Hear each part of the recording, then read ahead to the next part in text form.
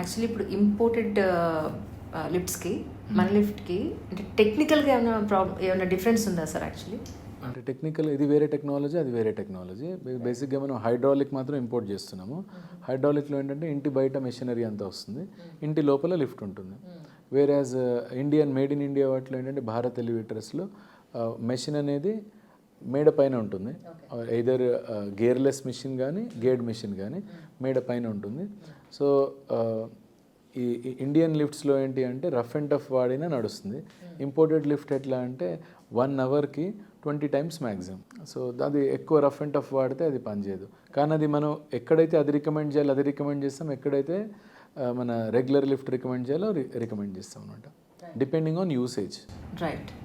Even హాస్పిటల్స్కి ఒక type of lift అవసరం పడుతుంది, ఎందుకంటే స్ట్రెచర్తో. హాస్పిటల్ లిఫ్ట్స్ ఏంటంటే ఇటు చూడండి, హాస్పిటల్ లిఫ్ట్స్ అన్నీ కూడా బేసిక్గా భారత్ ఎలివేటర్స్ ట్రాక్షన్ లిఫ్ట్స్ ఉంటాయి.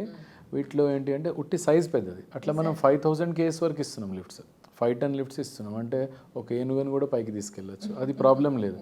సైజ్ ప్రాబ్లం కాదు. మీరు టెక్నాలజీ ఏదైతే అన్నారో హాస్పిటల్ లిఫ్ట్స్లో కూడా ఇండియన్ మేకే ఉంటుందండి. ఉట్టి హోమ్ లిఫ్ట్స్లో మాత్రం మనం ఇంపోర్టెడ్ వాడుతున్నాం. రెస్ట్ ఆల్ అన్నీ మనం తయారు చేస్తున్నాం.